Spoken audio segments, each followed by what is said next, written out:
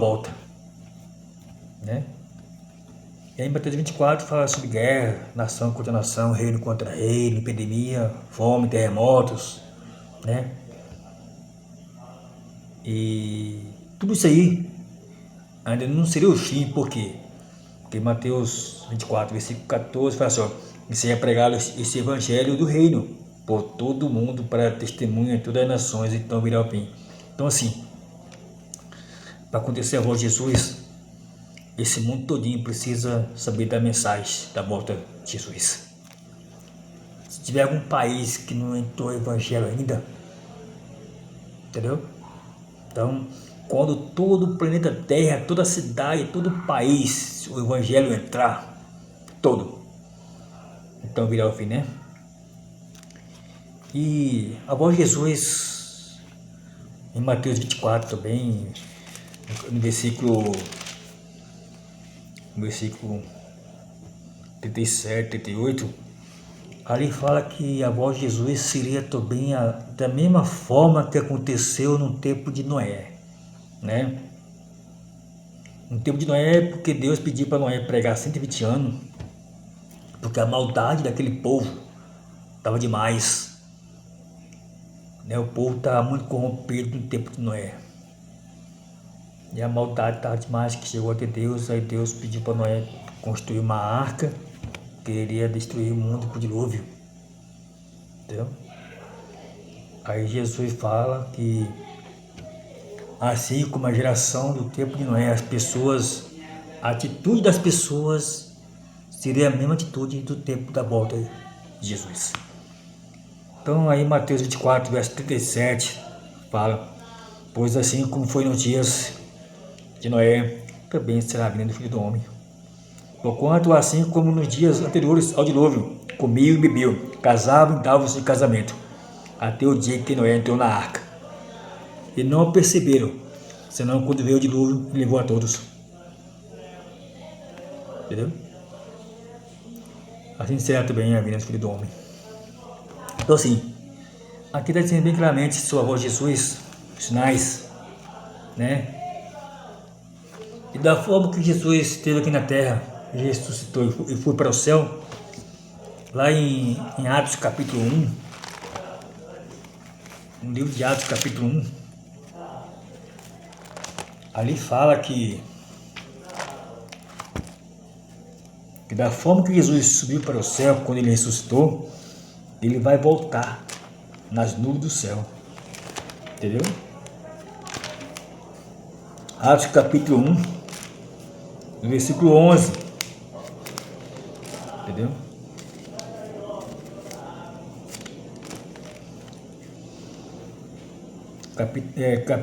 Capítulo 1, verso 11, né? Ali fala. Porque na ocasião, na que Jesus subiu para o céu, os discípulos começaram a olhar para as alturas, né?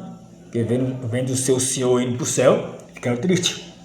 Aí dois anjos chegou para eles, apareceu para eles falando assim, eles disseram, né? Varões galileus, por que estáis olhando para as alturas? Esse Jesus que dentre vós foi assunto ao céu, virá do modo como vide subir. Então Jesus voltará na nuvem do céu da forma que ele subiu, né? E Apocalipse capítulo 1, verso 7, ele fala, eis que vem com as nuvens, todo olho verá, até aquele que trespassaram. Então é isso aí, minha gente, que nós possamos se preparar para a volta de Jesus, aceitar Jesus como seu Salvador enquanto é tempo, né? Procura a igreja adventista, né? Da qual eu faço parte. Fala que eu que mandei o Rogério Paixão Oficial, entendeu? E pede um estudo bíblico, né? Estudar a Bíblia, entendeu? Porque a igreja adventista, o nome adventista quer dizer advento, advim, se refere à volta de Jesus. A igreja adventista um dia, o nome quer dizer advento, advim, que é Jesus. O 7º dia porque guardamos a lei de Deus, incluindo o sábado, tá bom? Então é isso. E é isso aí. A lei de Deus, os 10 mandamentos, quem escreveu foi o próprio Deus, o seu próprio dedo, né? Não foi Moisés, como muitos falam, julgam, sem ter conhecimento do que está falando, porque os 10 mandamentos, quem escreveu foi Deus, não Moisés, entendeu? Moisés só apenas recebeu das mãos de Deus os 10 mandamentos. Então, sempre eu falo, como que é de Moisés se ele não escreveu? Porque para ser de alguém, para ser dele, tinha que ser escrito por ele, né? Então é isso. Então Moisés só apenas subiu no Monte Sinai para receber de Deus as 2 tábuas de pedra. Só que a Bíblia, a palavra de Deus também fala que Moisés teve uma lei que ele mesmo escreveu, Moisés. Dada por Deus, mas Moisés escreveu. Só que a lei de Moisés ela foi escrita em livros, no livro, entendeu? Então, e o 10 mandamentos de Deus foi escrito na tábua de pedra. Então há uma separação, há uma diferença, né? Então é isso aí. No livro de Êxodo, capítulo 31, verso 18, ali fala que Deus escreveu seus 10 mandamentos, seus 10 mandamentos com seu próprio dedo. Êxodo, capítulo 31, verso 18. E Êxodo 34, verso 1 em diante também fala. Deuteronômio, capítulo 10, verso 5, ele fala. Certo? Agora os textos que eu vou falar para vocês, que Moisés escreveu, a sua lei, está em Deuteronômio também, entendeu? Deuteronômio, entendeu? Deuteronômio,